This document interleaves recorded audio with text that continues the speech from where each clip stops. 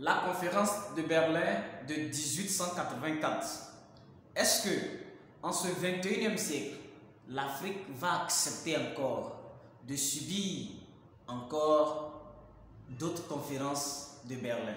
C'est-à-dire se laisser pour que des pays occidentaux se réunissent à quelque part et se partager ces richesses. Je pense que cela ne va plus se passer parce que lorsqu'on écoute bien l'un des discours de l'un des célèbres présidents du continent africain, le premier président de la Côte d'Ivoire, M. Félix Houphouët-Boigny, que nous avons l'habitude de l'appeler Nana Oufoué, lorsque tu l'écoutes, il y a l'un de ces discours qui passe dans ces temps-ci sur les réseaux sociaux, dans lequel il disait qu'un jour arrivera, peut-être que lui en ce moment, il ne fera plus partie de ce monde.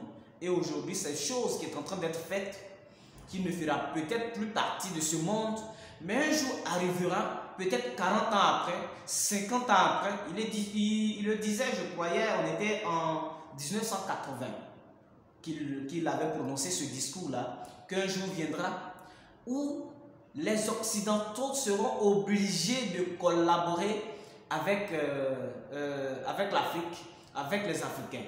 Et comment ça va se passer? Ils ne vont plus discuter du bauxite, de l'or, de l'uranium, du fer avec les Africains, mais ils vont discuter du prix de l'uranium, de l'or, du diamant avec ces pays africains. Je pense que ce président, ce merveilleux président avait dit est en train de se réaliser actuellement. Parce qu'il faut comprendre qu'il y a de cela quelques années, même maintenant, dans certains pays, à part ces pays-là qui ont pris l'initiative de prendre leur destin en main, à part ces pays, les autres pays, lorsque les Occidentaux viennent plutôt, surtout la France, lorsque la France vient, la France ne discute pas du prix du cacao avec les Ivoiriens. La France ne discute pas du prix de l'uranium avec le Niger. La France ne discute pas du prix de l'or avec le Ghana, avec le Mali.